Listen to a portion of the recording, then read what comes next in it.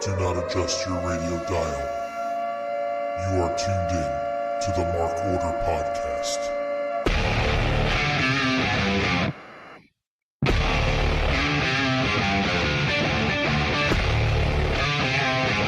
Join the Mark Order.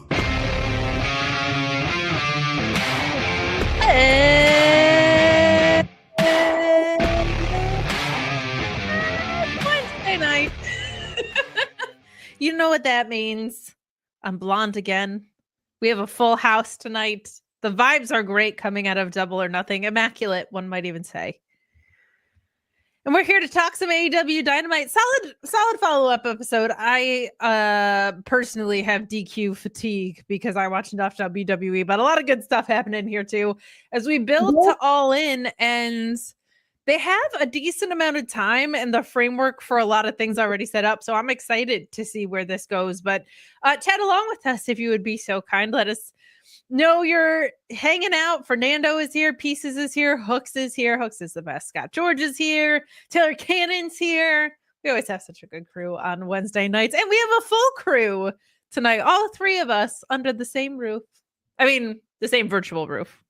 Ryan's obviously at this very sleek forward GQ apartment that he lives in. I'm obviously in my office that's in need of a backdrop desperately. And Joe's got the vibes. Joe's got the vibes. Do you have a book it button coaster? You have a proper book it button? I do. Oh my God, are you going to get a free personal pan pizza? I did many years ago when, not to brag, but Pizza Hut sent me out stuff.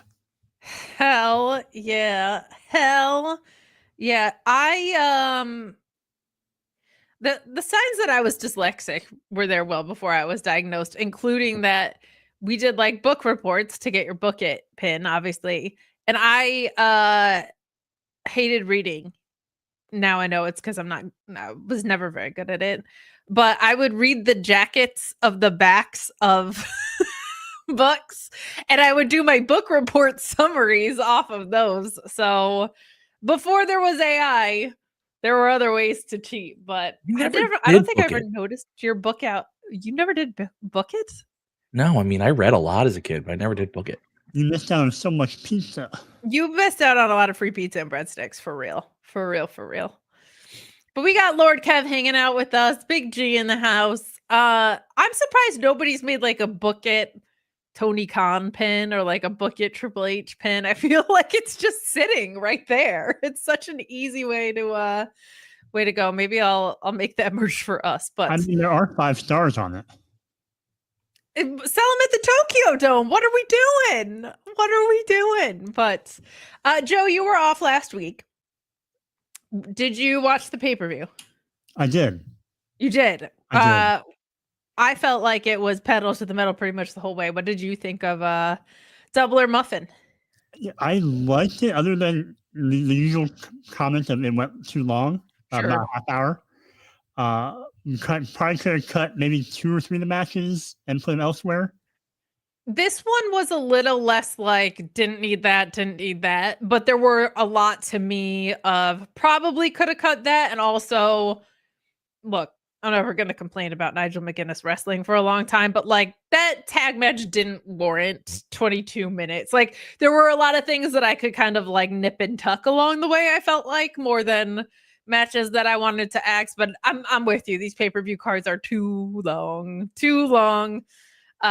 But really great stuff. We're going to get into it in more detail. But before we do, Ryan, who keeps such a neat and tidy place there. Like you must just dust on a daily basis. It's always looking pristine. Regularly. No, if he has a kind of place, he hires help. That's a very good point.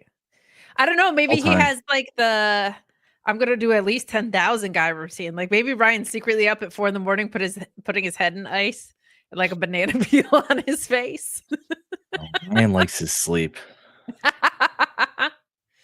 Hi, Trey. We always have such a good crew on Wednesday nights talking along with us. Please do leave a thumbs up. Please do subscribe if you haven't already. That helps us out so much. We're going to give you the proper Shining Wizards commercial break later, but they are very close to 500 subscribers if they didn't hit it today. So if you can go subscribe at the Shining Wizards podcast, that would be neato. But we're going to talk some Double or Nothing and a couple of news and notes is here, mostly related to that. But before we dive into this episode of Dynamite, what a pay-per-view. Like, this is one of their best. Ryan and I went to Dynasty, and that felt like it was pretty damn good, except for the Death Riders ending that we got fatigued by. Not as much story, but like incredible in-ring. This I felt like was absolute fire the whole way through. I loved what it was bookended with. I thought that JB and Mercedes had an incredible match. They beat the shit out of each other, man. Holy crap. The main event we'll talk about in plenty of depth, but other than like the Hurt Syndicate versus the Sons of Texas, like I didn't feel like that necessarily needed to be there. The Paragon versus Don Callis family match probably didn't need to be there, but you needed space between Anarchy and the Arena. And did that went between Anarchy and the Arena and the main event, I think.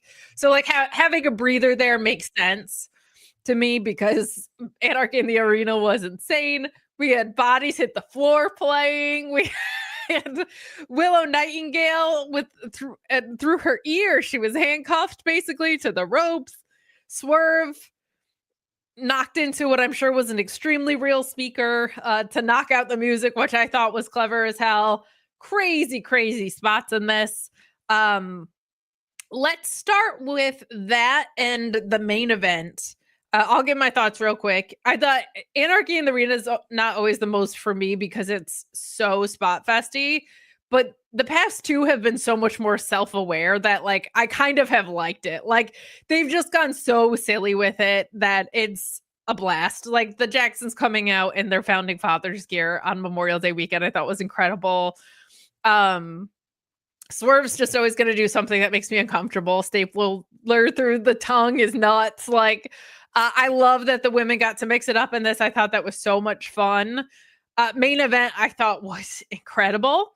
Thought Ospreay was going over. Not mad that Hangman is if they stick the landing on it, but that match was insane. As long as it doesn't lead to a Darby Allin title win instead, I'm a happy camper with it. Loved Swerve. I loved Hangman doing the big pressure in it, and I loved Ospreay going for the one-winged angel. I love the intensity getting ratcheted up so much. They beat the hell out of each other, and I think people sometimes forget because Will Ospreay can just do such insane feats of athleticism, like how much he beats people up. Like this is not a guy that's just an aerial assassin. Like he was able to meet Hangman where he was at. The rolling down of the sleeve for the hidden blade meets the lariat spot I thought was so much fun. So I thought these two matches, as far as what they needed to set up, did a great job. I'm guessing this leads to a Hangman title win. And because we have a decent amount of time to build to it, I think, especially after tonight, he's assembling his side of before I win this title, to feel good about it, I have to make amends to the guys that I've done wrong.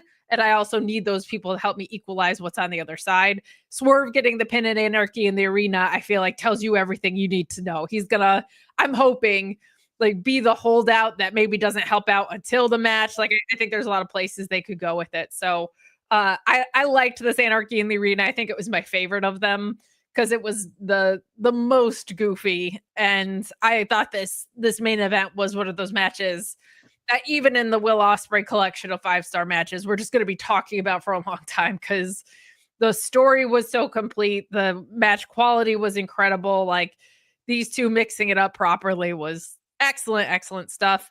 We'll start with those two and then we'll work our way back because I think those are the big ones here.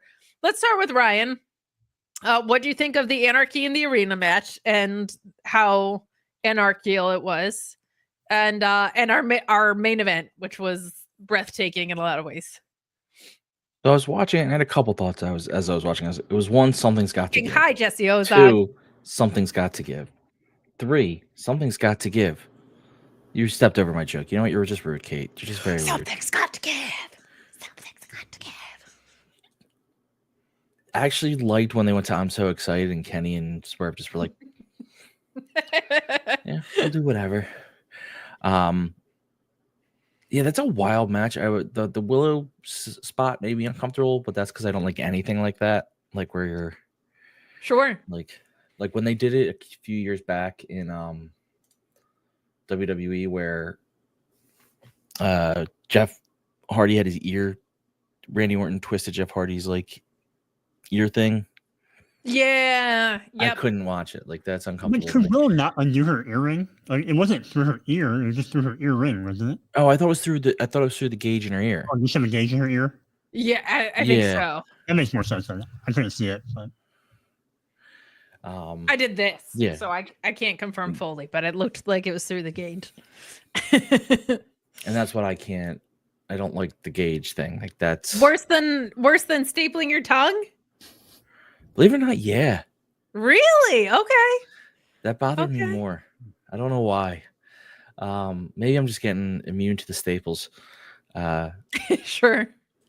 You also I mean, so imagine- expect it from Swerve because you're like, this guy will obviously do anything.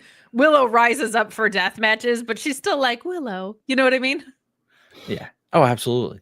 But also, I loved Anarchy in the Arena. I do have one minor comment on it. So they shove all the Death Riders in the ambulance and lock them in there. But if TV has taught me anything, it's that there's an open passageway from the back of the ambulance to the front, wherein they could have just gone out the side doors. That's fair. And also, like, Mark Briscoe was, I mean, he really no-sold the effects of the stretcher match after that because he was just like ready to get up and fight again. And because Anarchy in the Arena is so damn ridiculous, I kind of don't have an issue with it. My bigger complaint, and I would love Joe's thoughts on this too, like, Gabe Kidd was so heavily pivoted as a part of this match and then was not like a determining factor in the way that I thought he might be. It doesn't sound like Eddie Kingston's anywhere near close, so it doesn't feel like there was like a switch in plans or anything like that.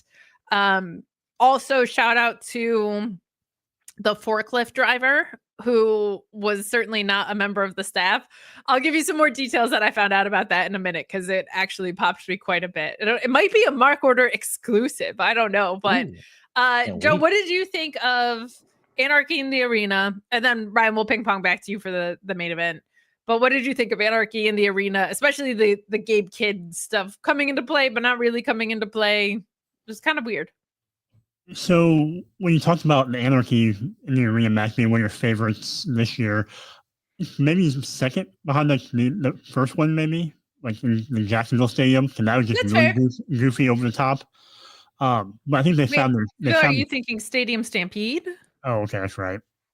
Sorry. It's the exact same idea, Yeah. but like Right. that one holds in a a special stadium. place in my heart because Yeah. that was like But- so ridiculous. They have found their sweet spot with it now, I think, like you said. So a lot of fun, a lot of what you respect. I would like to see Willow come out more like edgy, like when she does some of her blood and guts matches and stuff, where she is wearing like, a tank top and jeans and not her happy-go-lucky gear. Yeah, but she had her big black and jacked shirt to Yeah, I reveal like her that. big black and jacked shirt, which I I like that. loved. Uh, But I understand what you're saying. When she does a the- death match, she like cranks up the looks in a really fun way. I hear you. I did expect almost Gabe Kidd to be a part of the match until later on they announced there's going to be, they're having Marina and Willow. So I'm like, okay, well, how does he play a role in this? I'm a little confused of his involvement of Moxley going out and getting him, where I felt like it's more about Moxley finding people who are like brotherhood, sisterhood, people who have this familiar bond, not being desperate and contracting help out with Gabe or not asking help from the Bucks. So maybe that's a desperation part that they're trying to show of Moxley. Sure. But otherwise, It's also just weird on the New Japan side, like why he wouldn't call on Shota Umino. I think they've kind of like split off that angle, but that was his young lion, like that was his dude. So that also confused me. Certainly feels like they're setting something up for Forbidden Door. Like they have a lot they've got a lot to balance with this upcoming pay-per-view cycle. But you're right. It did read as like, Right. why did I John think- Moxley choose him then? If not like, why didn't he go and get a, oh my God, what's his name? Formerly Big Cass. Big Bill. Big Bill? Yeah, like go get a dude that size.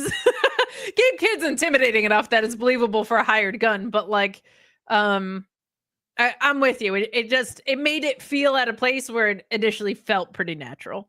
Well, if we get a blood and guts match and kids involved with the Death Riders on that side versus the Avengers of AEW, then I'm all good. Fair. Now, let's dig into this main event because there was a lot to like about it. One thing that I've noticed live more than on screen, but I definitely noticed on screen this time, their lighting for main events is like, they do something really special with it. And the lighting for this was gorgeous. The entrances all night I thought were really great, but like that Hangman entrance was something special.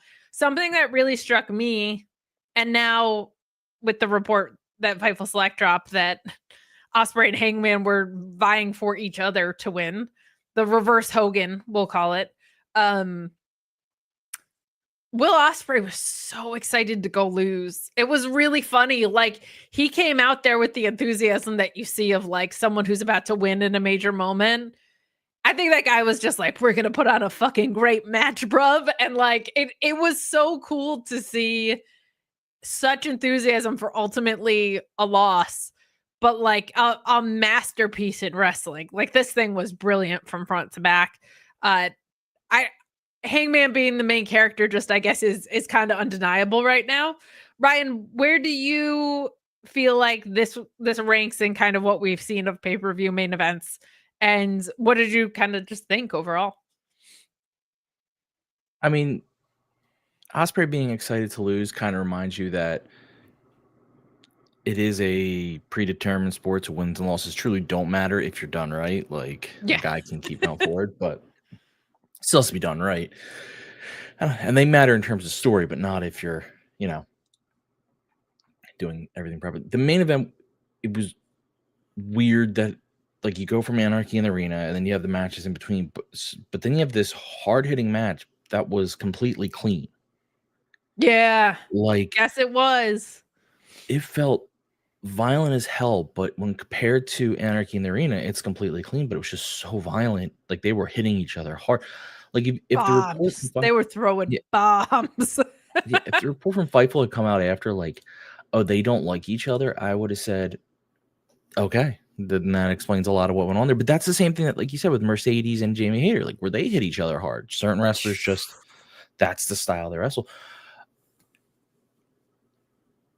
It goes back to, again, I think Hangman, we talked about last week, Hangman gets looked, people overlook Hangman for his wrestling skill because of the character he's developed. Now, granted, he's been in some Iron Man classics and done things like that, but he's still, no one ever looks and goes, oh, Hangman, he's a top level wrestler. But he is. Like, he may not be Will Ospreay, but he's not far off. Like, he is right there. So it was incredible. And yeah, Ospreay,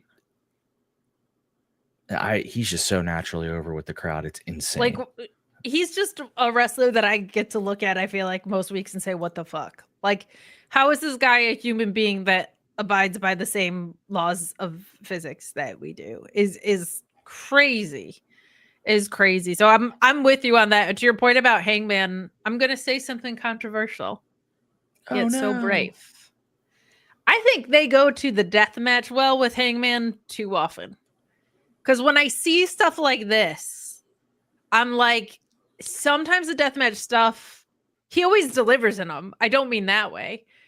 But he also delivers in this context. And this context is like so crucial to the fundamentals of pro wrestling that I want to see more of that. His payoffs just, I think part of it is he's had a blood feud with Swerve, right?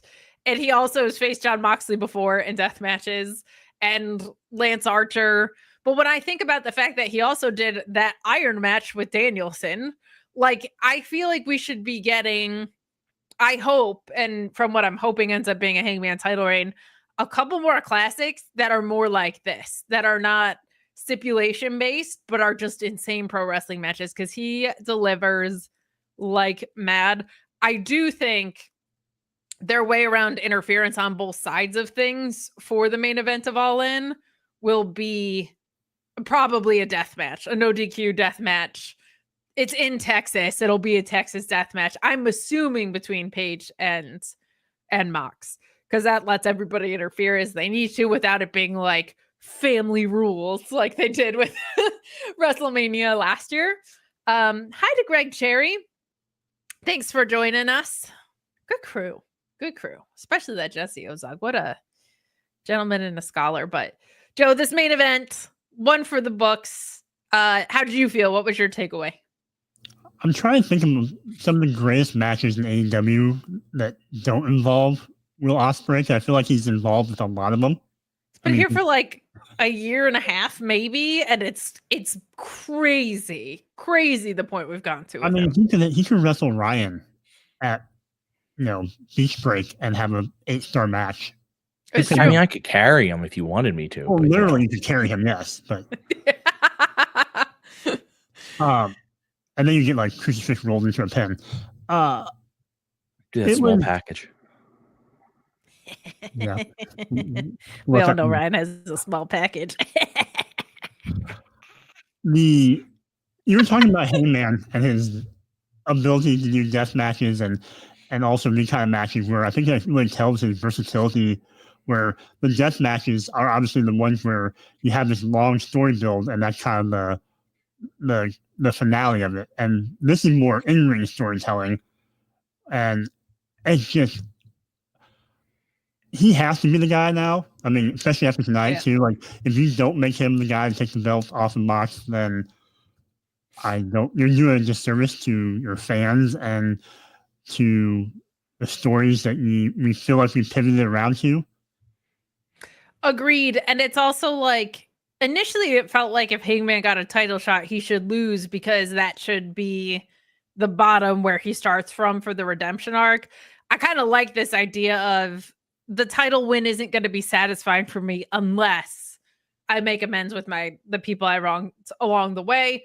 I'm hoping the Dark Order at least gets acknowledged in some way with this, because it feels like he was so important. They were so important to his initial climb to the top.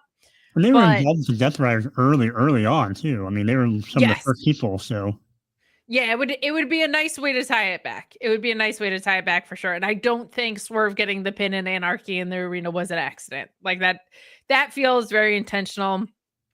We kicked it off with the first ever women's match opening a pay-per-view. A lot of people have been pushing for that women's main event. I don't think I even realized that like they hadn't even opened.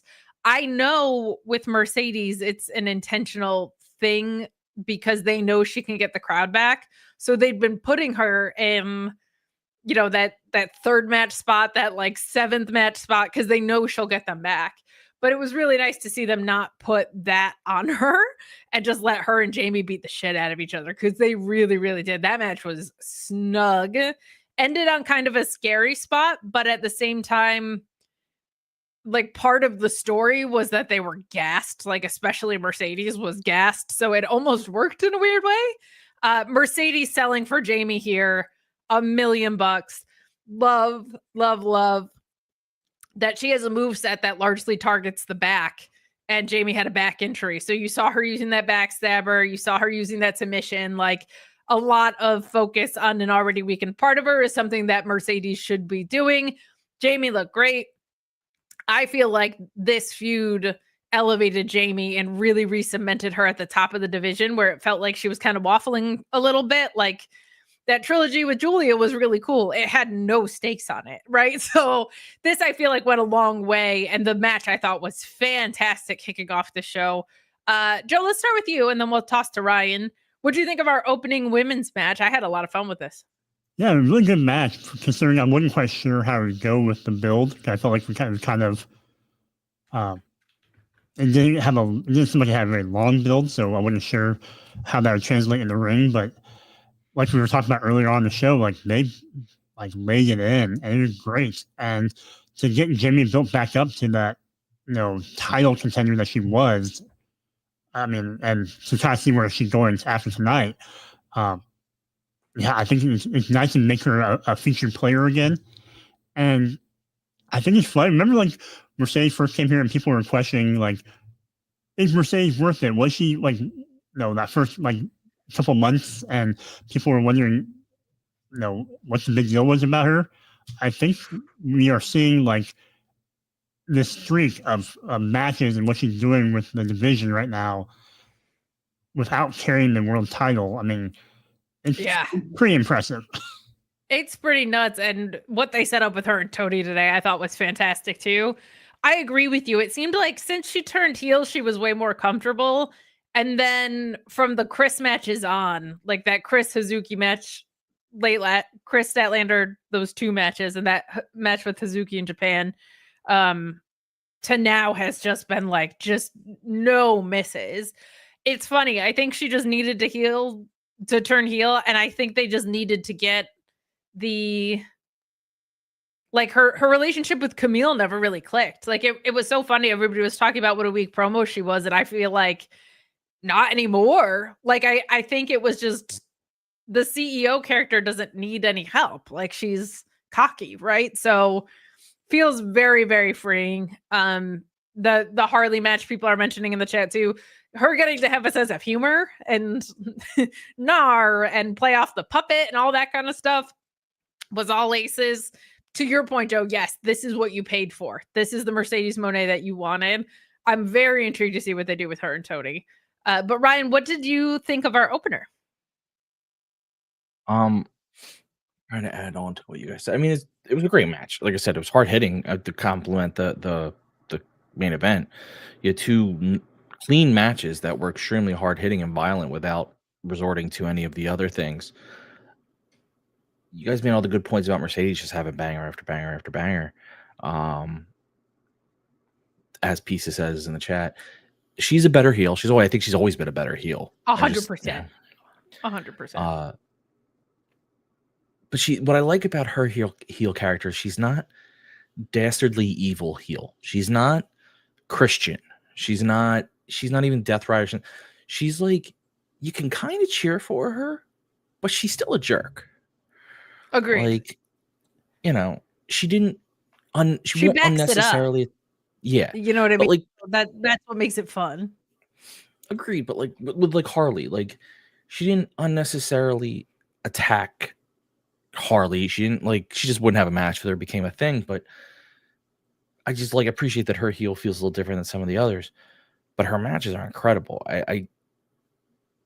She's by far having the best matches of pretty much any woman in the world when she has them, in my opinion. So like,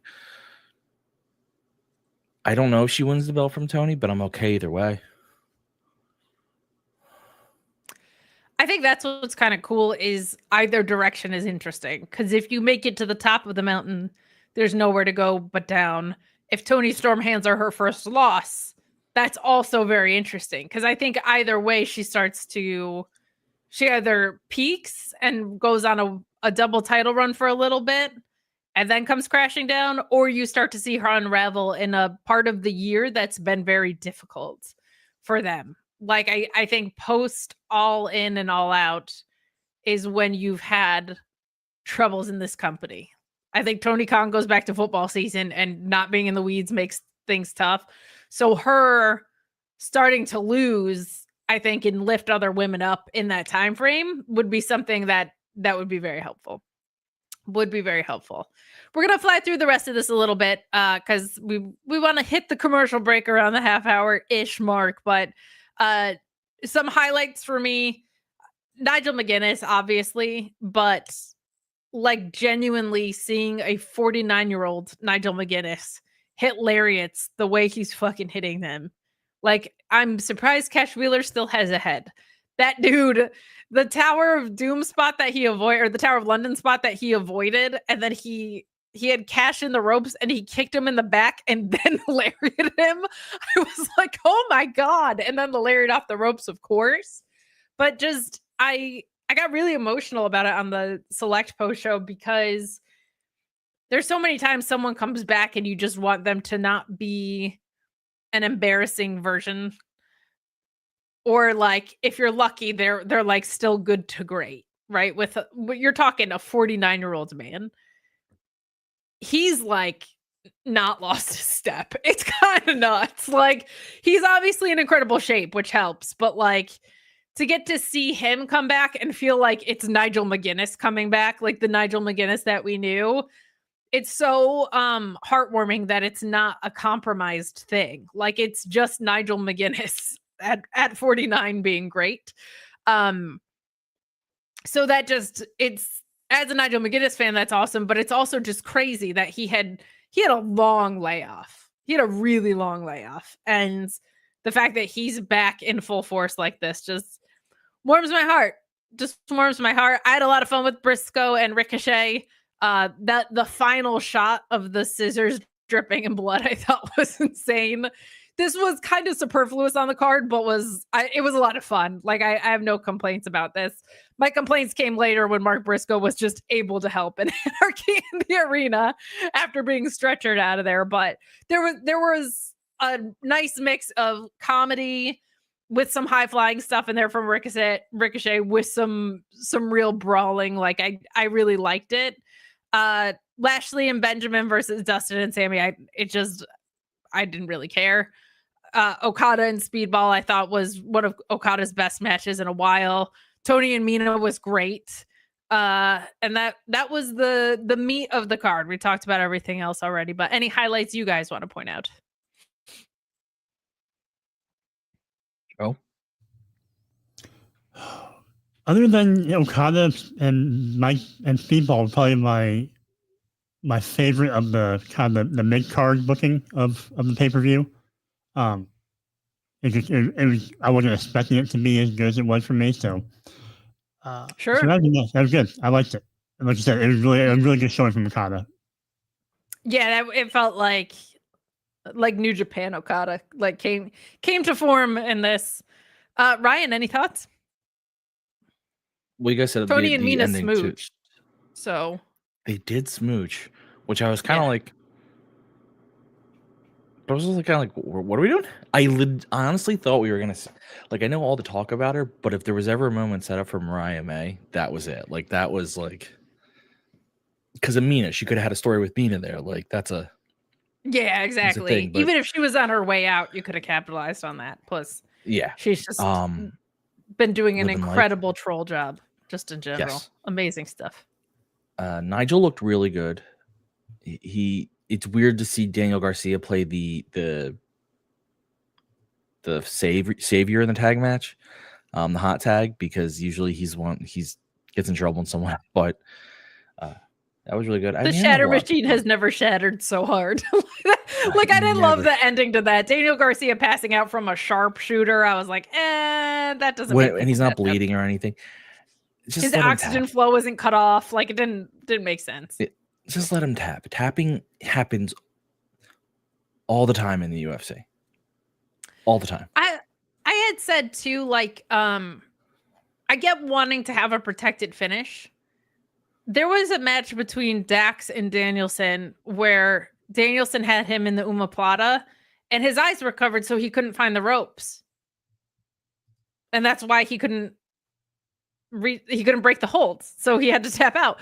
Like there's ways to protect losses by being smart that don't involve passing out, DQs. Like whenever I say freshen up the playbook, I mean things like that. Like let's do clever, clean losses, and people are protected. But they did that though because they had it so that Cash was protecting the side and Nigel couldn't get to him, and that he wouldn't let Garcia get to the rope. So it was kind of like, again, tapping happens all the time in MMA. Like you can let guys tap. Everyone got so hung up on the Stone Cold passing out with the blood thing, and they've made that a thing that happens. It's like, it's okay for guys aren't considered weak if they tap. It's okay to be like, I don't want my leg broken. Like it's okay to feel like, especially I'm not when getting this out wasn't of this for titles or anything. Yeah. Like, yeah, agreed. It's stupid. But the rest of the pay-per-view, the only match I probably would have cut is the one you mentioned, which was the Hurt Syndicate versus Sons of Texas. That would have been a fine pre-show match. But I get that the Hurt Syndicate story is big enough that you want MJF. Like, I understand all that. It's just the match itself didn't really fit. No, it didn't. And it doesn't feel like I like the Hurt Syndicate having the titles because they just automatically feel important on that act. I like that they're on pay-per-view because that also gives it some more prestige. They have not had a contender that feels even remotely a threat. And if you're going to do a contender that doesn't feel remotely a threat, you should at least do MXM. Make it silly. Make it silly. Chat wants to talk about my hair. I'm blonde again, baby. Let's do it. It's summertime. Still mine. I'm just not showing you. Let's send it to commercial with my blonde hair. Learn about more of the show on the Shining Wizards networks. Yeah, hold on. Networks? I went there quickly, so I have to put on the commercial. Okay, I'm vamping with my hair. And now they can't see it. And commercial. We'd like play. to thank each and every one of you for tuning in every Monday night to listen to The Shining Wizards. If you'd like to continue to support us outside of listening, we've got a few ways for you to do that. If you shop at Amazon, go over to amazon.shiningwizards.com, do your shopping as usual, and when you make your purchase, a little bit of that purchase price will go back to support the show. If you like to wear t-shirts, merch.shiningwizards.com will take you to our Pro Wrestling Tees store, where we've got over a dozen great designs from over 11 years of professional wrestling podcasting. You can become a Patreon supporter at patreon.com/wizardspodcast, where each and every week we call out your name as one of our show producers, and the more you support us, the more things that you're entitled to receive, and believe me, they are fantastic. If you can't support us monetarily, if you don't shop at Amazon, that's absolutely fine. Continue to listen to us wherever you listen to us on the World Wide Web, and make sure you like, rate, review, subscribe, do all that good stuff. Doesn't cost you anything, helps us out, and we can continue to bring you the love fest that is The Shining Wizards. What's up, folks? It's your boy, the Impact Player, Mr. Philly Ray, inviting all of you to check out the Turnbuckle Throwbacks Wrestling Podcast. Join us as we cover all things current in the world of pro wrestling, as well as paying homage to the old school, the Squared Circle. So listen in and find out why we are the recognized symbol of excellence in sports entertainment broadcasting. Find us on all social media platforms and anywhere you get your podcast from. And as always, we are the proudest members of the Shining Wizards Network and Rant Entertainment Media. Are you tired of being lied to every day by the mainstream media? Do you want to know what's really going on in the world? Do you want to make up your own mind about things and not be told what to think or say? Then listen to Inconclusive Breakdown, a weekly anti-PC look at the world of entertainment and current events, brought to you without censorship or filters. You can find us everywhere you listen to podcasts, BitChute, and on ShiningWizardsNetwork.com. And also, we're a proud member of the Shining Wizards Network. Got 30 minutes to kill? Come check out 30 Screams or Less, where we review a horror movie in 30 minutes or less. We cover new movies and old ones too. We'll give our honest thoughts on the movie, good or shit, as well as a rating of each one that we watch. New episodes weekly, available on the Shining Wizards Network and wherever you listen to your favorite podcasts. I'm Steve. And I'm Corey. Come check us out at 30 Screams or Less.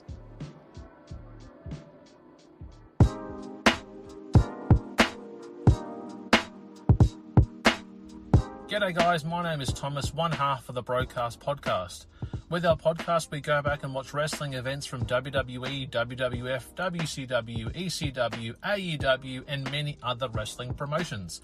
You can check us out on Twitter at The Broadcast, that's TheBrokast, and you can also download all episodes on Apple Podcast, Castbox, Castro, and many other podcast apps.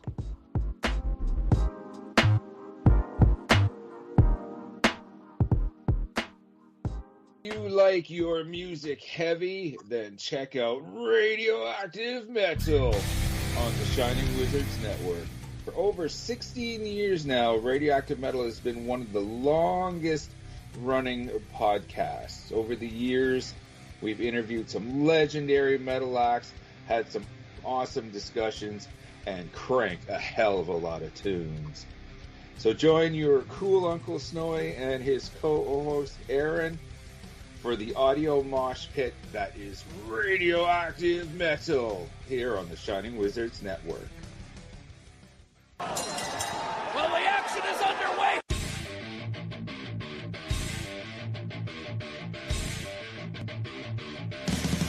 What's up, everyone?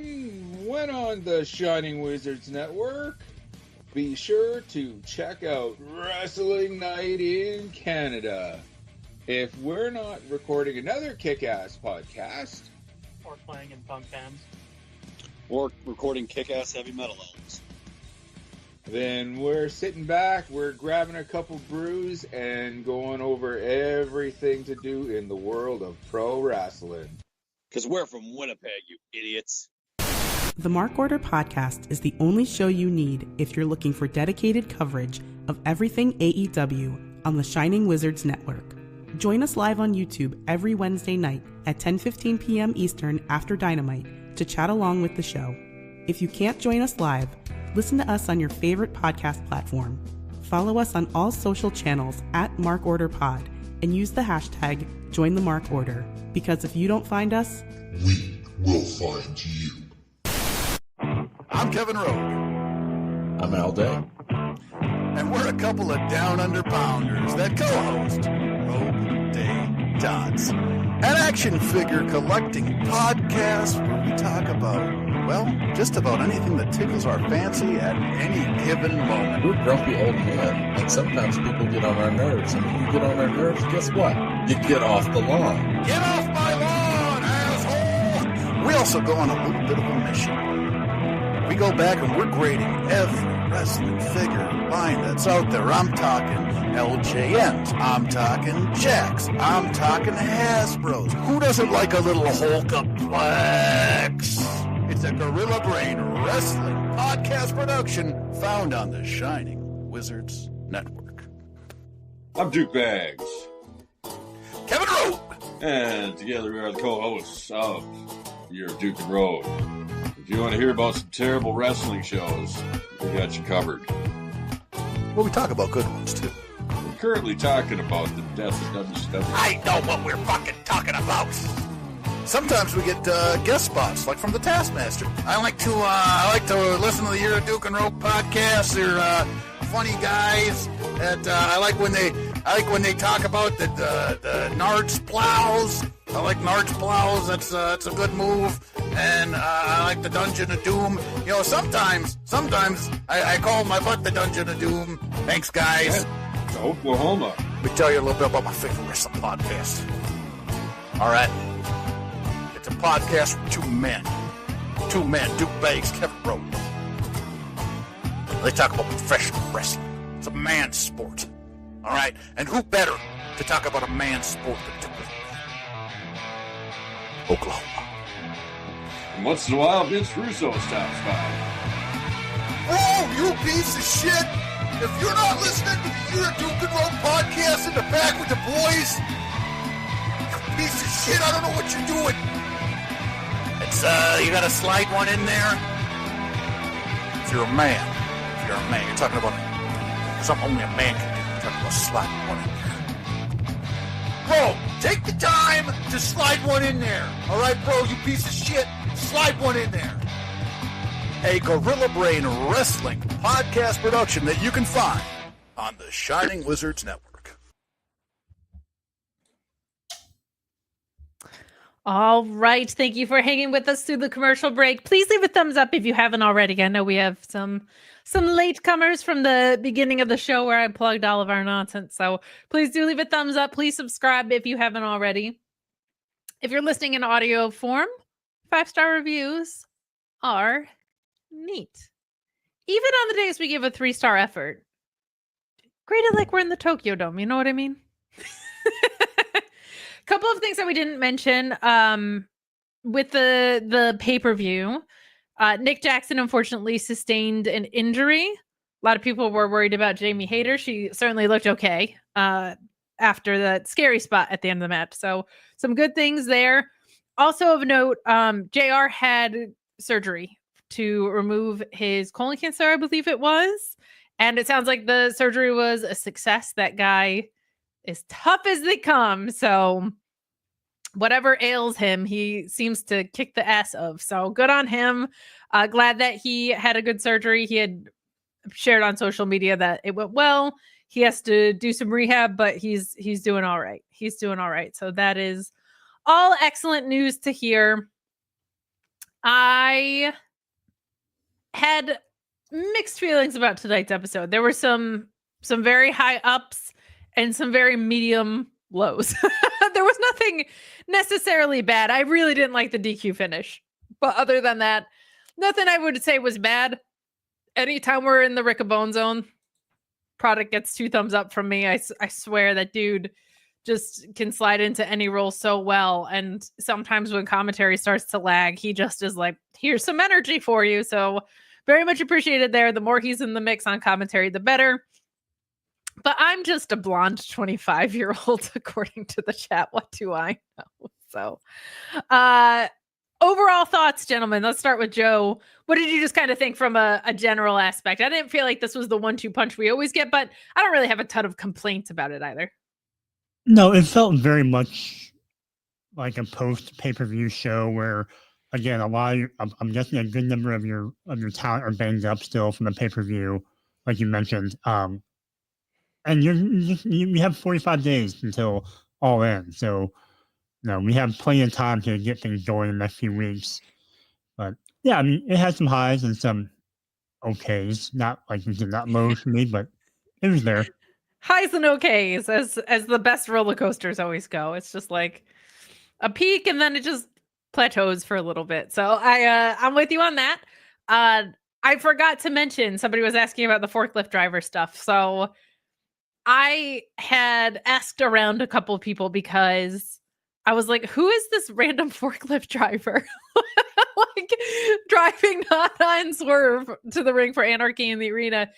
You need a license to operate such a vehicle, which makes sense. And he is one of the most well-respected stuntmen in the industry. Like, has been or stunt coordinators rather in the industry for a long time. He assisted in, if you hate kayfabe being broken, as so many nerds did on the internet today, plug your ears. He assisted in the all the pyro with Swerve's house, like blowing up the house. He was a really big part of. He also blew up the Sister Abigail shack for Bray Wyatt. So he has. If you're looking for an arson sicko, you have to look beyond Adam Page and you got to look at this guy. But he was in WCW. He was in WWE. He kind of just has this very weird life, it sounds like, where he freelances.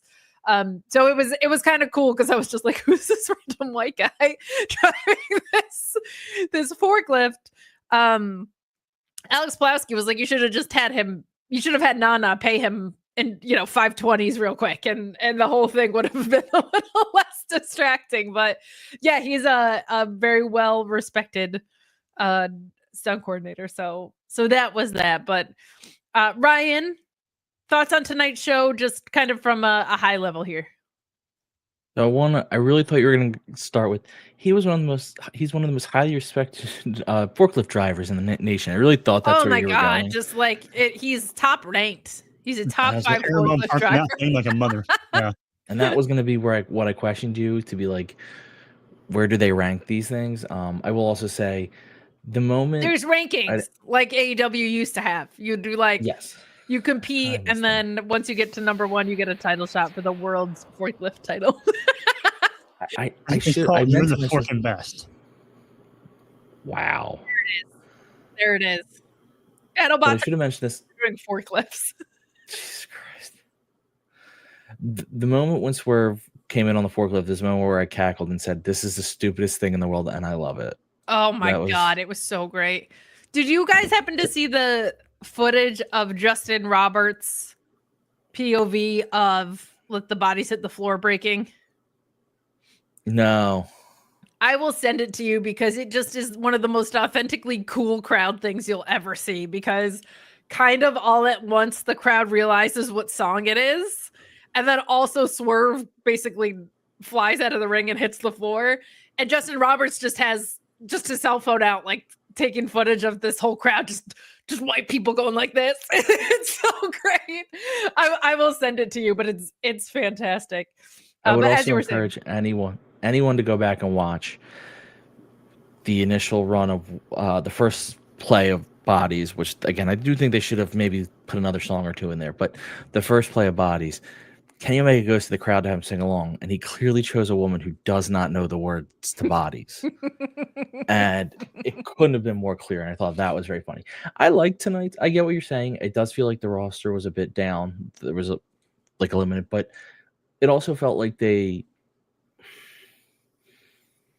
for the exception of Penelope Ford and Megan Bain versus Harley and Anna, it did feel like they were moving on from much of what they had done leading up to Double or Nothing. Like, it didn't feel like you were going to get a lot of repeats. Even the opening segment, where obviously some of those players have been in and around it, it wasn't much of the same because now Hangman is the brand new guy in this. So, like, yeah, you have a compelling protagonist.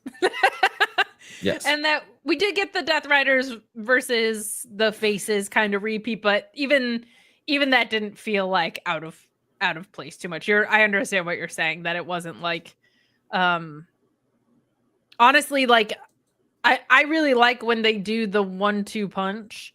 I don't know how you do that after the show that you delivered on Sunday, from both the ring physicality aspect and the fact that, like, you're now in this space where you have like 7 weeks to build to the next pay-per-view, but a lot of people already know what's coming, so you can't ignore that. Like, it's a little bit trickier of one. And also, yeah, these guys and ladies beat the ever-living crap out of each other. So let's get into it because they're kind of selling me on this format where they open with promos. Okay, if you're gonna do stuff like this, I felt like the go home was so good between Ospreay and Hangman, and then you can't not have Hangman be the first person to speak tonight, right? Like that all makes sense. So you have Shivani introducing Hangman, and Hangman saying it's not about winning or losing, it's what you do with it that matters, which feels like, hello, yes, I am on my redemption arc. And he thanks Will Ospreay for reawakening that in him, which I thought was really great stuff. And he says that we are his boss, which I thought was cute. And he promises to win the title at All In, free it from the briefcase, and hold him in the air for everyone to see and defend it with every ounce of his being. But he gets interrupted by Swerve, who airs a promo from April 9th featuring our founding fathers, Matthew and Nicholas, saying that they cost Swerve the title at Dynasty on behalf of Adam Page. And Page basically just says, I would have cost you it myself, dumbass. If I wanted to cost you the title, I would have done it myself. And I love that because that feels so in character for Hangman Page. Like, that just feels like, I'm not hiring hired guns, especially not those two goofballs and everything we've been through. And Swerve thinks he's full of shit, and Ospreay comes down to basically mediate it between them. And he hates to get into Swerve's business, but he's wrong about Page. And he says Page cares about AEW, and he felt the same thing on Sunday that he did with Swerve the year before, which I thought was fantastic, because you're like, oh, right. Ospreay's faced both of these guys in really important situation. And Swerve and Hangman are like, we will never see eye to eye. Nope, not us. We're not going to win each other over in the next 6 weeks at all.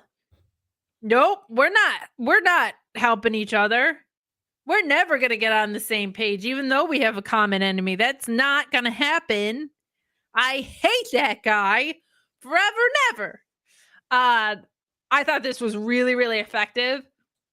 When Ospreay came down, I got kind of nervous, but he kind of like really sat back and let it ride in an appropriate way. I felt like that was a nice touch with all of that. Joe, what'd you think of our opening dialogue? That's what kind of felt like. Monologue turned to dialogue here. I really liked it. Really strong from Heyman. It's fun to see him, how he can switch his, he goes from his promos where they're more angry and hateful to being more passionate. And he kind of channels that energy differently. And I like how he spins that around.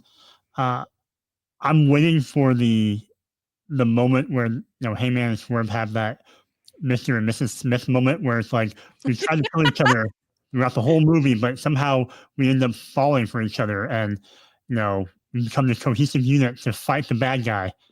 Joe, if there's anything that I ask for in wrestling, you're probably thinking, what, more Nigel McGuinness, clean finishes, Tuckers? I want them to kiss more. Mm-hmm. There's not enough kissing. Now, Tony Storm and Mina, check. They've got that covered.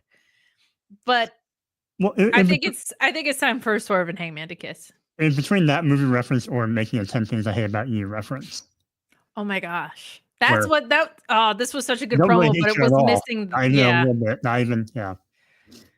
I hate the way you wear Predator gear. Yeah, like that's the only thing. That's the only thing that could have made this any better. But Ryan, what did you think of our opener? I thought it was a great follow-up to what we got at the pay-per-view. So as Joe just pointed out, this is what a rom-com is in wrestling. This is the starter, and Ospreay is playing the best friend who's like, hey man, I know you guys don't get along, but I just really see it. And it happens. The love we want. I like this. I think it set the tone for what we're going to see in the future. It clearly states. I clearly believe then that Nick Jackson can't be that hurt because they must still, bringing up the Bucks and all, they must still have some. I know they could have. I'd hope so. I'd hope so. Yeah. Either that or they don't know yet, which isn't ideal, but. Hangman saying dumbass just made me think of Red Foreman from That 70s Show, which made me laugh. I kept thinking about his leaves his plants dumbass because he says dumbass in that tweet too, or Blue Sky Post rather. Wait, but Kate, you and I are blowing past the most important thing I've discovered tonight. Joe, you had blonde hair in high school? Let's talk. No, we're now focusing. Are you naturally blonde, Asian Joe? Is that what this is? And you dye it black? Is that what this is? The drapes in the carpet. Wait, I'm pretty sure you have hardwood floors, but LVT, baby. LVT. The deliberate nature of what you said that was incredible. My God. How blonde are we talking? Did you go full Slim Shady? Was it frosted tips? Let's talk about it. How about we wait and people stick around the show? I'll screen share when we plug our t-shirts, and I might have a photo. I love this. So yeah, deal. If you want to see high school me with horrible blonde hair, I that's can't main wait. event I'm so booking. excited for this. That's main event booking. Good shit. AEW Dynamite started real strong tonight. They got nothing. They got nothing on our cliffhanger. Well, we do have the Death Riders, John Moxley and Marina Shafir with Gabe Kidd, defeating Willow Nightingale, Mark Briscoe, and Mike Bailey in what was a very fun match. But Gabe Kidd spat on Willow Nightingale, which is about the meanest, most awful thing anybody could do to Willow Nightingale. It's fucked up. You want to try and beat her up? That's fine. She's the babe with the power. Spitting on Willow? Unacceptable. Gabriel Thomas Kidd. Really fun. Not necessary. Like just a fun follow-up that let the heels get their heat back. I'm hoping we get like a Willow Marina one-on-one program at some point. That feels like it's overdue. But I always love, there's always like a ragtag group in AEW. We talked about this before, that like there's a stable of misfit friends, and it pretty much always involves Orange Cassidy, Willow Nightingale, or Orange Cassidy and Willow Nightingale, but like, or Mark Briscoe. Like it's always these same amalgamations of people. Mike Bailey fitting in it, I think, is great. I'm very interested in the possibility of a Kevin Knight and Mike Bailey Speed Jet team. I know the Battle of the Super Juniors was going on and stuff, so we lost Kevin Knight for a little bit, but I think that could be a really fun spot for them. No problem with Mike Bailey in this though, and that match against Okada, like we said, was great. So nice that they're keeping their new hires strong, and this was fine. This was fun. Heels got their heat back. Crowd was pretty into this. Joe, let's start with you.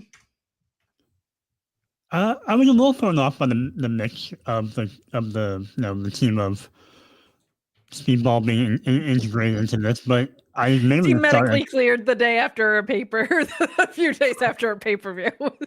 I mainly just thought as a way for like, you know what, this is a nice way for the Death Riders to come back and get their win back after being stuck in a glass case with the motion of the ambulance.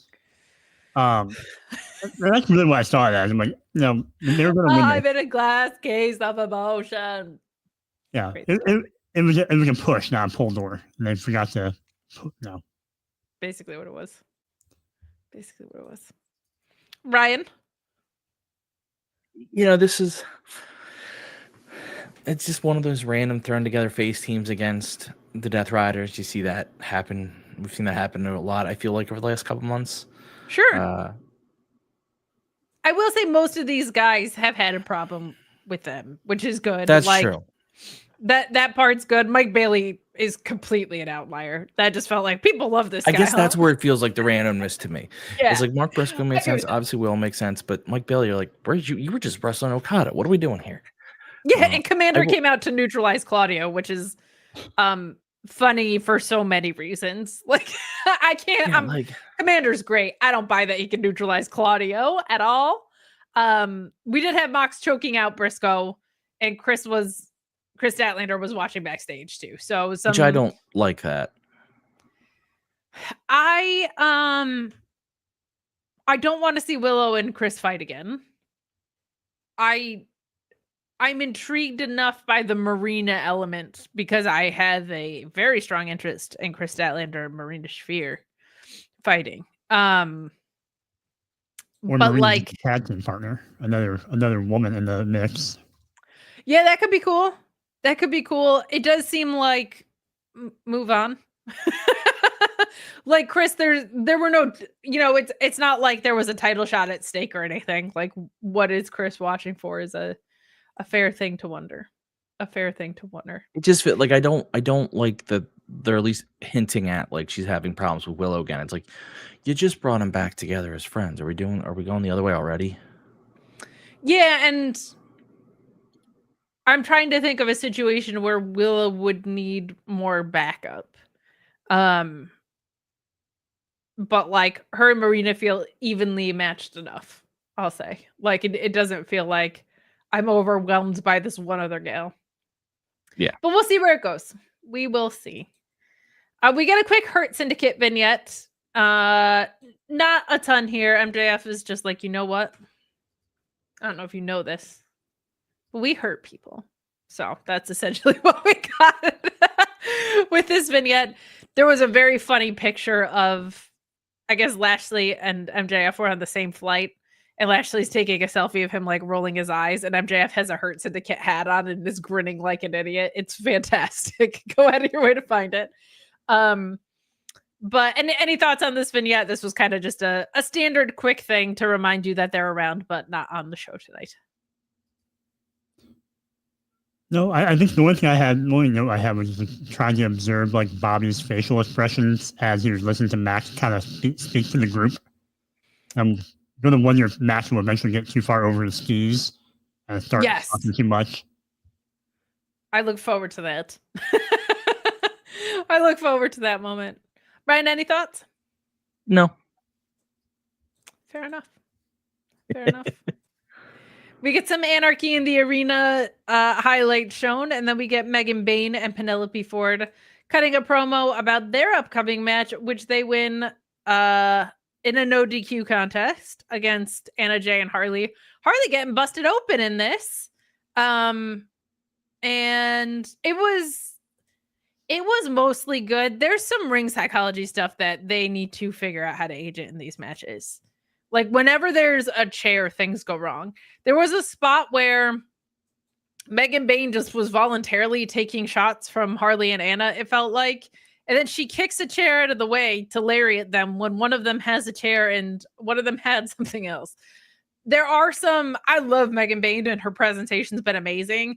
There's been a few times now where there's some very obvious thing where I'm like, oh, her wrestler instincts aren't fully locked in, because her kicking a chair out of the way when the person she's staring at has a chair made her look dumb, like flat stupid. Scott George saying that there might be a concussion involved, so I hope that's not the case. But Ryan, we'll start with you. This gals match. Your thoughts? Violent, bloody. Yes. I mean, Harley bleeding the hard way. Jesus. She looked like she got fucked up. Megan looked like she got a couple of good shots in on both of them. So there's a couple times, but she's fun to watch. So I hopefully those things just get better with the more reps and everything like that. Yeah, reps usually cure those, and some guidance from match agents. But yeah. My more comment on this is you had Harley and Anna win on the pre-show to the pay-per-view, and now they lose here, and this feels very WWE 50-50 booking, and I'm not a big fan of that. Well, there's no tag titles. That's the tricky thing to me, is I'm like, all right. And plus that no DQ match, I don't know if it got more violent than intended, but that felt kind of blow-offy, but they are now at 50-50, so that is a weird juxtaposition for sure. Yeah, they do need to get tag belts. They're now at the point where it's like, we've said it a couple times before, but now they have so much high caliber talent that it's, and there's honestly just so many alliances on the women's side, which is great. But also, like, Tay Mello should be coming back at some point. I'm assuming Ruby will when she's ready. Serena Deeb is not on television very much right now, but like could easily slide in somewhere. They really do. They really, really do. Joe, your thoughts on this match? Poor Harley getting busted open the hard way here. But if anyone's going to get busted open the hard way and come out better for it, it's going to be Harley. Like she'll play that up so well. She'll wear the protective face mask and do something crazy with it. 100%. She will just she'll own it. Overall, there's some sloppy parts to it, but Anna and Jason can be really well in these kind of plunger matches where it involves chairs or weapons. She seems to do pretty well in those. So I think that plays to her strength, and the fact that the Megasis and Penelope Ford finally have matching gear. I mean, that sells me on tag team titles. Like, we're not just throwing people together anymore. I did like that with Penelope, that she matched Megan's presentation. That was a nice touch, that she's kind of like fully in. Ricochet. Interesting little promo that we get here. He's been all aces since coming over to AEW, man. Like, this has been so great. And it's been so great. I was wondering if this was what was going to happen, if he was going to need a faction, because he said, I came here to win gold. That part hasn't worked out, but I'm still the best, basically. But he kind of said, like, I see the lay of the land at AEW, and I know I'm going to have to find a faction of my own. I'm intrigued by this, because this feels like it could go so many ways. Like, he could get the crew with Action Andretti and Leo Rush. He could get free agents. He could get, like, there's a lot of things that they could do with this heel Ricochet at the front of it. There's Forbidden Door season coming up, right? Like, are there going to be New Japan guys in his realm? I'm intrigued, because I don't think less than a year ago, I don't think we would have been like, Ricochet faction leader for sure. I think that's cool, but I'm looking at the titles and I'm like, well, Adam Cole has the Paragon. Like, maybe he needs two guys to go after that title, because that could be really cool. Gates of Agony is a great shout by Jesse Ozog, who, man, sometimes I just wish he were on the stream instead of Ryan. Your thoughts? There's that first. Second. That was pretty clever of me. I'm not gonna lie. That little segue dip. Let's go. I ignored all those teams you mentioned, and my brain went to Private Party. Ooh, yeah. Not mad about that idea. Give him something to come back to. I think that'd be a lot of fun because I think his personality would mesh well with, a heel Private Party. I think you're not wrong about that at all, which pains me to say, honestly. Of course. Joe, thoughts on who Ricochet may lead into the spotlight here? I initially thought Crew because he talked about finding a crew. So I'm like, oh, Crew, because they've kind of hung around the peripheral a little bit. But unfortunately, I kind of like Ryan's idea of Private Party, and so now I'm trying to think of like fun faction names.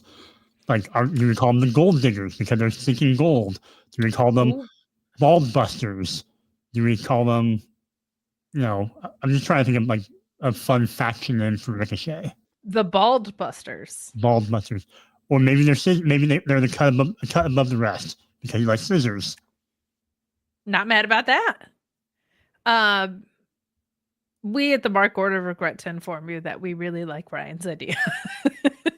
Normally, the thoughts, views, actions of one host do not reflect the actions of another. But in this case, unfortunately, thousands Ryan of them. I had to hit once. Yes. It was funny. Yesterday's NXT was very eventful. And it sure feels like there's going to be call-ups imminent. And the thing Alex Pulaski and I have been most wrong about is when people are getting called up. We've been off by like over a year with some people. Like Rob Breaker, we were like, he's got to be going up soon. It was a year, 18 months later. But we were like, we can't be wrong about this one, right? Like people losing titles and stuff. Like they've got to be going up, right? I do want to comment though. While you guys are wrong about when it actually happens, you're not wrong about when it should happen. I appreciate that. I think that's because Braun is a great example. Braun though is actually like now he's we fine. were saying that like he had just been a babyface. I do think the tag run he had with Baron Corbin and the like tweener heel persona he developed is more suited for him. Yeah, but there was such a long time gap between when he was at the height of babyface to that run that it's like that I feel like he disappeared in my mind, even though he didn't. It felt like he did. Yeah, it got weird. It got weird for him for a while. He was fighting Apollo Crews, who was like just very odd. They were going fishing together. Yeah. It was a weird time. But we're going to keep it rolling with the Dynamite talk. Please leave a thumbs up. Please subscribe if you have not already. What do I know, though? I'm just a dumb blonde 25-year-old. Let's talk some more women's action because we have Jamie Hayter coming out for an interview with Miss Renee, and she kind of tired of the lights out deal, but I also don't know how else you introduce someone in this way without spoiling the surprise. I don't think it works with Tekla because I don't know if the audience knows like her music and her presentation right away. But the lights go out and Tekla arrives and lays her out. So I guess she's definitely fine from that match with Miss Mercedes. But I'm just like, just have the person come out and let us see who they are. But you also want that like initial pop. And if the crowd is less familiar, you're not going to get it. So I get it here. But when you have a faction whose whole thing was lights going out, it kind of gets played out. But Tekla showing up, creepy little spider gal, great stuff. She's really, really interesting presentation wise. Piece is saying, as the resident Stardom super fan, I'm all for factions and units in this. They did pop for the spider move. That's a very good point. People also, I think, like once it set in a minute, they were like, "Oh, this is that Tekla gal who the spider's been playing for." So, she'll be great. She'll be great. I think she's someone who has a lot of potential her presentation's unreal. She has a ton of star quality. Her in-ring is good. It's not necessarily, I think, what people think of when they think like, oh, Joshi talent. Like, she's not Io Sky yet, but she's young, and I think she is in the right environment to thrive. I think she's going to be helped out tremendously by the landscape of AEW for sure. Joe, we'll start with you. The arrival of Tekla interviewing Daphne from Scooby-Doo. You know, I initially thought it was Julia Hartigan too, just because of the whole lights out thing. And I was like, wait, they already had a trilogy. Yeah. What are we doing? we're going back to this. I think you could have easily just done a backstage with Jamie or a sit down or something, in behind the scenes where it's not in the ring, and could have had her come off screen and attack her that way. But it's a good first opponent for Tekla. I mean, Jamie's a former world champion, so it helps legitimize her when she beats Jamie. So it's a good way to introduce her to the crowd. I agree, and it's also like Jamie's so hard hitting, and she has a Stardom background, right? So I'm sure the style will translate very well. So I'm looking forward to that. Ryan? I thought you were going to pass by me, and I was looking forward to just. No, I'm erasing it from my notes, but I haven't skipped you yet. That's what you get for presenting a good idea. I don't want to be upstaged. We just move on. That's what it felt like. I get your thoughts on not liking the laid out gimmick for the most part, but again, it worked in this case. Jamie just coming off a huge match, which kind of reestablished that she is as awesome as everyone knew she was. This makes Tekla look big time by attacking her. Did you hear the theme song that they put out for her? I don't think I did. It's wild. It's like metal. Let's go. All right. Not mad about it. Not mad about it. Please don't go the way of Deanna. Like, let's keep people that we introduce to television on television. The Ops take on the Frat House. It would seem that not giving a shit about ROH in any way, shape, or form does not get X over, even when they give an all right heel promo. That's a shame. Surprisingly, the Ops retain here. The best part about this was just the faces Samoa Joe was making while he was not in the match. Him just being like, who are these clowns? And oh, brother. 2LT photo to clarify my comments about Deanna. She's the ROH women's champion, or pure women's champion, the inaugural one. That should be really cool. It will be a waste of her time and talent, unfortunately. I should be so excited about that. Unless they're bringing in Gail Kim to run ROH and or get a TV deal, I have just no interest or faith in ROH, which is sad. But anyway, any takers? Not a lot to say about this one, but any takers from either. You already made the reference to the Island of Misfit Toys. That's what I felt like Frat House is for ROH talent. Of like, we just have all these guys. We don't know what to do with them, so let's put them in this faction. And pretty much, guys with abs. Yeah, that's all it is. It was the only thing I thought maybe we get a Hook follow up tonight. Yes, he did return at the pay-per-view. Thanks for reminding me of that. Being that it was a squash match, I thought maybe like, oh, we'll have some extra time at the end where Hook will either come out or get involved or do something. But nope, no Hook sighting, no signal in the sky. He should be medically cleared because he didn't do a whole heck of a lot. I popped huge for the fact that he came out with a Kenny from South Park hoodie in an Anarchy in the Arena match when Kenny's, oh my God, they killed Kenny in Anarchy in the Arena. I felt like it was such a fantastic choice of hoodie. But Ryan, any thoughts on this? I mean, just absolute classic. I would want to see it again and again and again. Banger. Just do it weekly. Banger. Yeah. I mean, I'm a big fan Feud of the year Frat House. for the True Styles. Big fan of the Frat. Actually, listen. The match is what it was. I don't mind the Frat House as a gimmick. I actually think that's kind of fun. They were trying, they're trying something. I respect the effort. Are they trying something? They are. I feel like Jack Jameson is very much trying something. I feel like the other guys are standing there. Well, they're trying, and that's why I respect it. You'll never say, I like over the top gimmicks. You can't. That is true. That is true. Ryan already had one good idea. We don't want to tucker him out today. I'm going to punch you through the computer. Impossible. I would give anything for like something just come flying and hit you in the face right now. Well, let's talk some Brody King.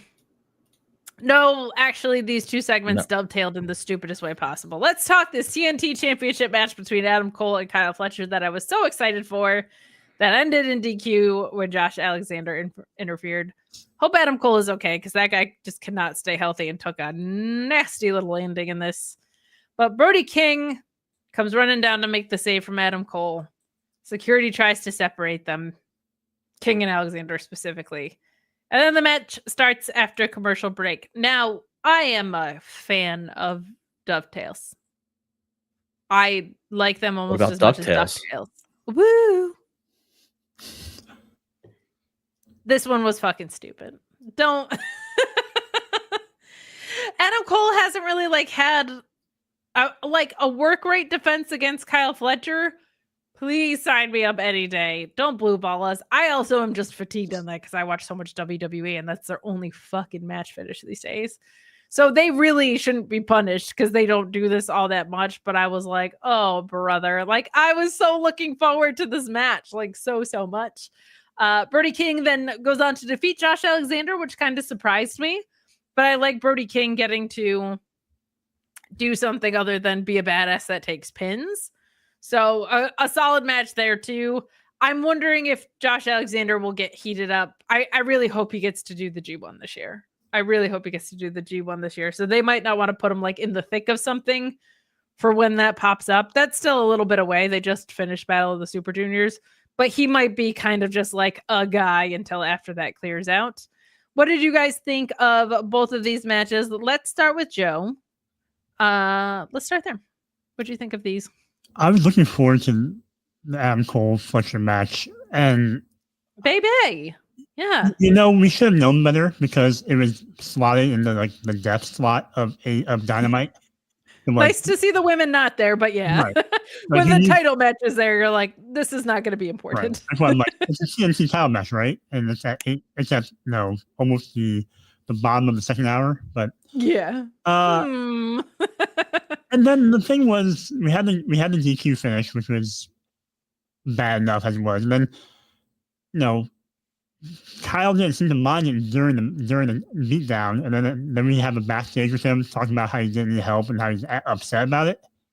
So I was confused by that. That's a good. And then the Brody and Alexander match was really solid. I mean, two guys who laid shit in, and I was really glad to see Brody get the win. I feel like he's taking a lot of losses lately. So it's that poor guy, I felt like the Hounds of Hell were going to be something special. And then Buddy, who was also so over, gets injured. But yeah, I'm with you on that very much. Brody getting to do something other than lose and look cool in the process is nice. Mm-hmm. Any other thoughts, or should we throw it to Ryan? I want to hear what wisdom Ryan has left in the tank. Let's throw it to him. Bought it. Oh no, that's my new bit. So fun when you realize them in real time like that. God bless. I hate that we both had the same idea without any coordination on that. Yeah. So Adam Cole's poor head. That's the main thing that looked painful. I'm just glad he was able to do more in the match, which is pretty much a good sign. The match was really good up until that shit ending. Yeah. But that just flavors the whole thing poorly. That's all I remember now. Yeah. Hey, Kate, I see the comment in the chat. What? Oh my God, I've been hacked. Oh my God, you've been hacked to respond. It's like a redhead commenting, not me. I actually think you're blonde in that picture, but that's inconvenient for my narrative, which I'm trying to control. So yeah, I don't have a lot to say about their match only because the ending ruined it for me. It was kind of The Brody Alexander match was interesting because I feel like the impression of Alexander coming into the company, and I'm sorry if I'm wrong, it's my false impression, is that like he's this super technical wrestler, and this match against Brody was like not really technical. He was hard hitting and violent in this, and I think that's great for his character to be like, hey, I'm not just another one of these technical guys that comes through. Because he's got size, so it's nice to know he is deceptive amount of size, actually. Yeah, like he Noam Dar, he is not. He's a big dude, so you're right. He has something special. Like he's 6'1" and he's got some muscle on him. So yeah, it adds a different flavor to everything he does for sure. And he was like able to keep up with Brody in a different way. Exactly. So I really like that for him and what it means for the way they'll book him going forward. I do have an interesting thought. When he lost, Don Callis and Lance Archer had an interesting look on their face. And there was even an interesting camera shot afterwards with looking at Alexander with Lance Archer in the background. Is Alexander not long for the Don Callis family? Well, I'm wondering too, because Kyle Fletcher did give this promo that had said like he didn't need any help from Josh Alexander and that he should be the champion. And then Cole came like sprinting into the frame. So I guess he's probably not concussed because they did this live, I think. And they get pulled apart by security, but Kyle Fletcher doesn't like it. They certainly weren't fond of the fact that he lost. So I mean, if you want to sign me up for Kyle Fletcher versus Alexander, Takeshita versus Alexander, I'm not going to Lance Archer versus Alexander. Are you kidding? Like, I'm not mad about that. Like, I don't normally like bouncing in and out of factions so much, but I feel like Don Callis could sell me on this guy didn't work out the way we thought he was. This guy was advertised as all that in a bag of chips. It only works because he's new to the company. Yeah, Because that you I could agree argue, with. like, we brought him in thinking he was this, and he's not this. I also wonder, like, if Takeshita's in the G1, maybe Josh Alexander's also in the G1, and they want to set up some fluidity between that. That could be very cool. Really not make it a appreciated G2? commentary on this, especially Taz. There was one part where Taz was talking about suplexes, and I was like, what does this guy know about suplexes? Taz?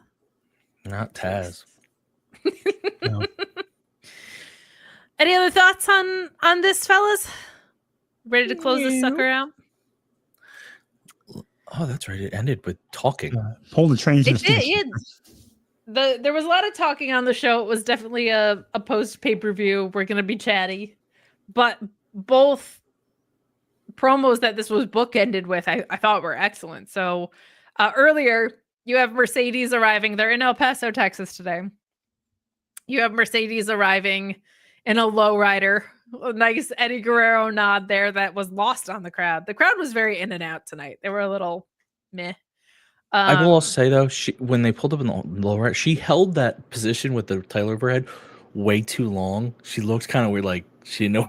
She was waiting for the driver to get out. The camera was supposed to break away earlier than it did. That was the vibe I got. So I think there was just like a production miscue with that. But we get this really, really strong segment between Mercedes and Tony to close this out. And I love that Tony spoke to their parallels.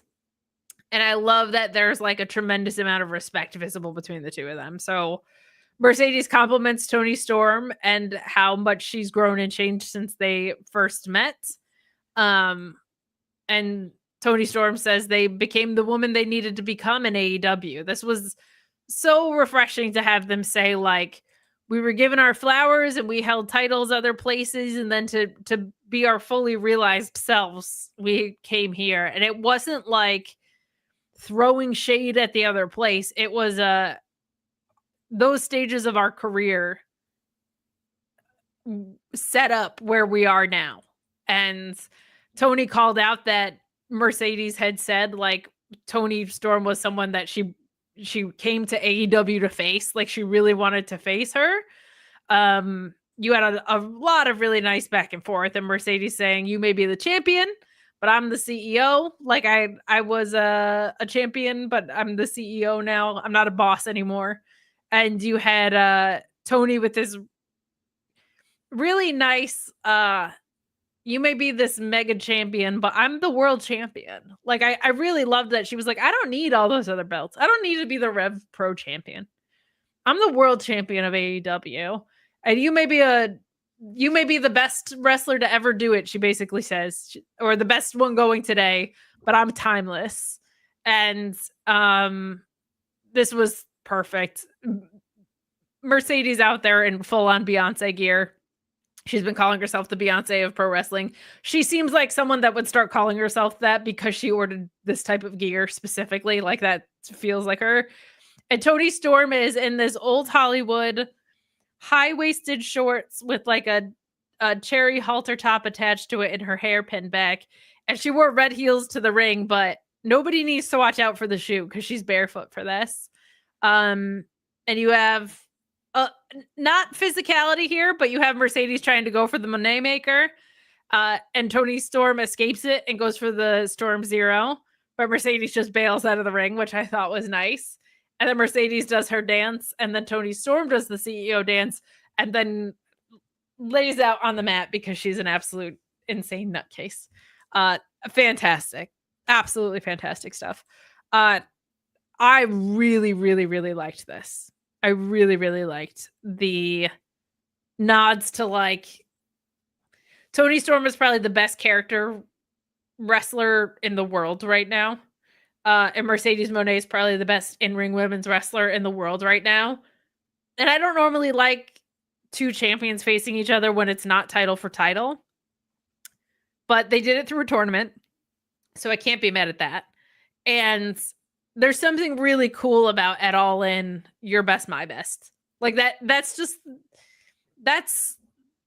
the diversity of pro wrestling celebrated in one match. Like your greatest strengths that I'm also pretty good at, by the way, versus my greatest strengths, which you're also pretty good at, by the way. And they'll just elevate each other, this whole build. I don't love that they immediately tell you both she and Jon Moxley are not having defenses in between. Like they just flat out say like we'll see you at All In. I get it. But I thought this was a fantastic way to close out. Joe, what did you think of our gals closing out the show today? I'm glad they closed out the show today because unfortunately I don't think they're going to close out All In, even though I'd much rather, I think, see them close out All In than Moxley and Heyman. But that one's tricky because it's like if Danielson comes back to cost Mox or some shit, like there's going to be a lot of extracurriculars with that one. Yeah, it'll be interesting to see how the moments play out. But from an in-ring perspective, purely, I fully agree with you. This match has been like ever since Mercedes came into the company, like we've been kind of pointing to this match, and I like the fact that they started the build with this very almost subdued, respectful promo instead of cutting each other with their words, which I think will come in the next few weeks. I think we'll get those classic Tony promos and classic Mercedes promos where they're more, aggressive and more cutting with their words and more physical. Well, I loved in this too. Toni Storm wasn't like, ha ha ha, tits also. Right. Like this was just like straightforward. This is a promo about the match. This was not like also a silly rhyme talking about her boobs or her ass or sexual references. Like this was real deal Toni Storm. Real deal Toni Storm. I'll say this to LT Photo pointing out, like, if you can't send the crowd home that angry if Mox is winning, I would say if Mox and Heyman main events, that's a very good sign that Mox is losing. Because I don't think they're gonna, at the biggest show of the year, send the crowd home fucking miserable again. Ryan, your thoughts? So I do agree with you. I like that I'm not usually a fan of one title being defended when it's champion versus champion and the other not being defended. However, you're right. Doing it by tournament was genius because it set a stipulation to which only one can be defended. So you're not valuing one over the other, which is always the problem when you do champion versus champion. if that makes sense. Yes, it does. Okay. I agree with you that Tony, for the most part, wasn't her ridiculous self. She was a little more tame until the end. I mean, she did do a few things, but Tony is still psycho, so that can't completely disappear. But this did she's feel just like had some promos that are just that lately, of just like a rhyme about my body. Like that gets old, but yeah. I feel like a lot of that had to do with she's lack nuts. of a It needs proper to be. feud. Correct. I agree with that. Like she, before, she's been, everyone's kind of known that it's the problem that Mox has had too, where as soon as they announced that the tournaments were going to go to the title, everyone knows that things aren't going to change until this tournament's over and the title, like no title switching hands before that. Like it's just not going to happen. So she's been carrying feuds where people are like, even though they were fun, it still, there just wasn't the heat to it. But this did have the feeling of a face-off of just like the two top women. Like it had that feel like we are the best two right now. And that's why we're standing here. And I just, that's always fun when like, that's the feeling you get. Like we're here because we're the best. That is our feud. Our feud is because we're the best. Agreed. Well, that was our show, fellas. And that is our show, fellas. We end when they end. You know what I mean? That's how this goes. But before we get out of here,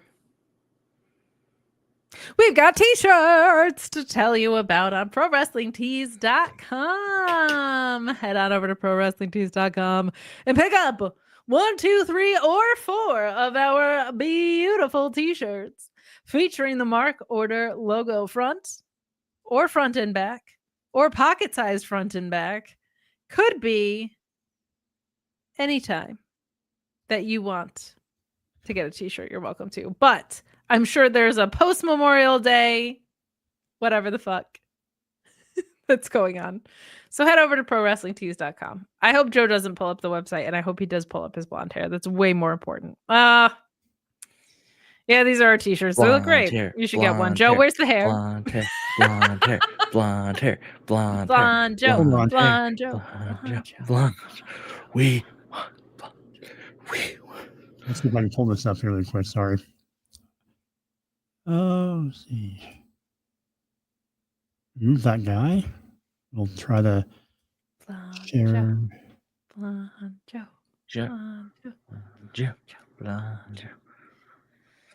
I've seen a picture of high school Ryan, but I can't even blackmail with it because he has an incredible blackmail picture of me. Oh, I have the best one at high the metal school Ryan, show. I'm like, yes, you have one of me in shape. Oh no, it's true. It's true. No, it's not even a good one. It's definitely nothing compared to the one that you. I love one of them.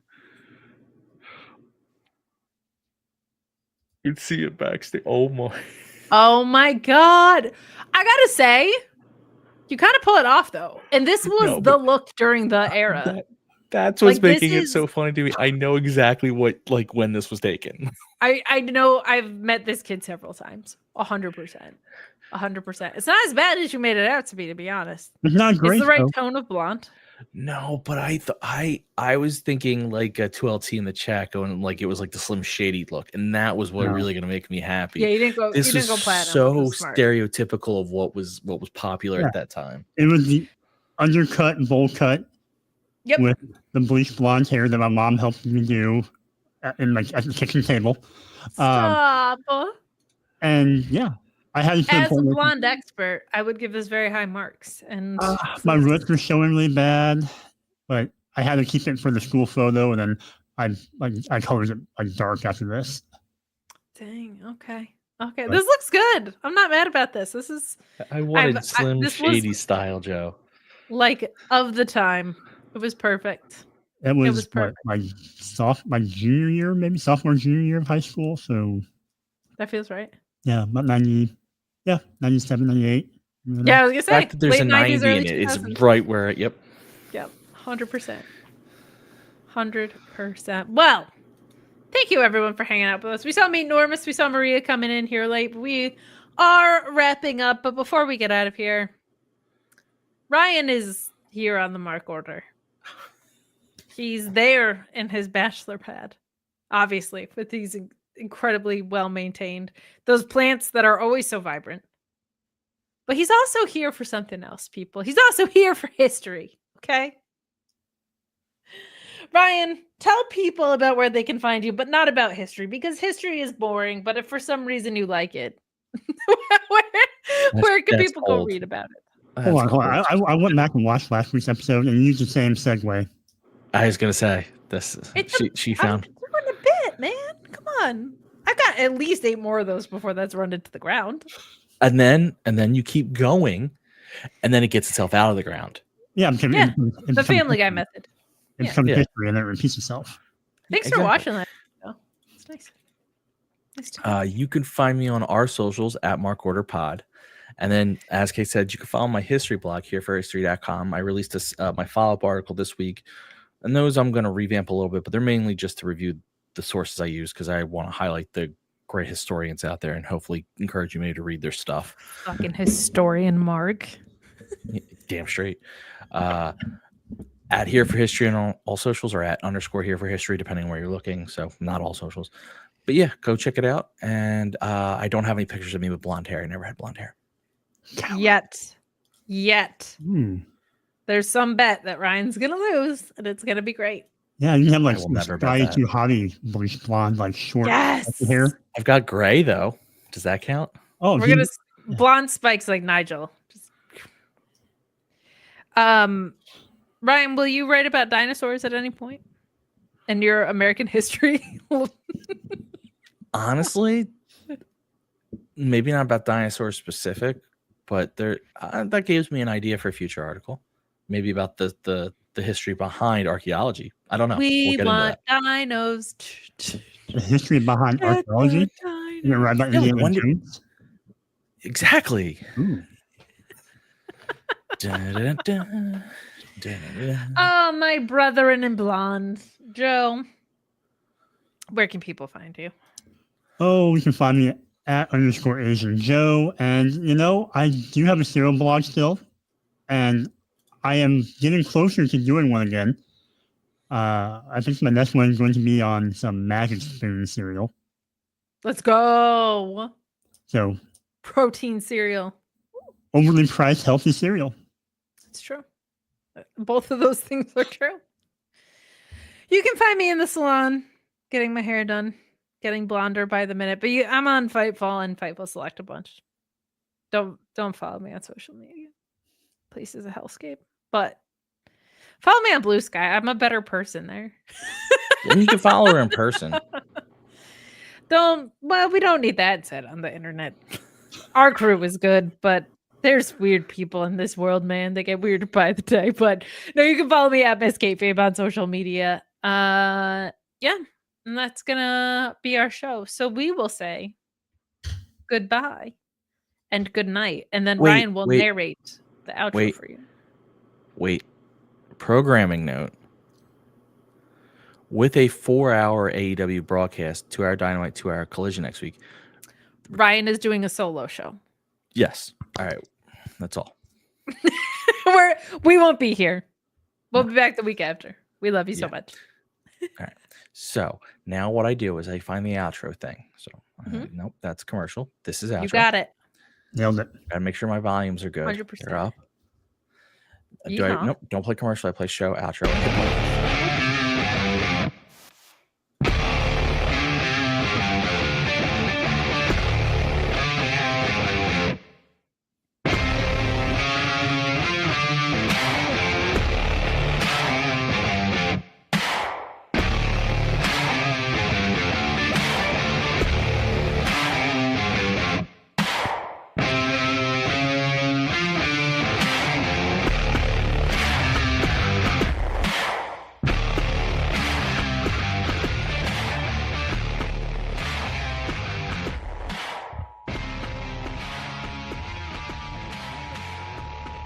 This concludes the Mark Order podcast. We now return you to your regularly scheduled programming. Join the Mark Order.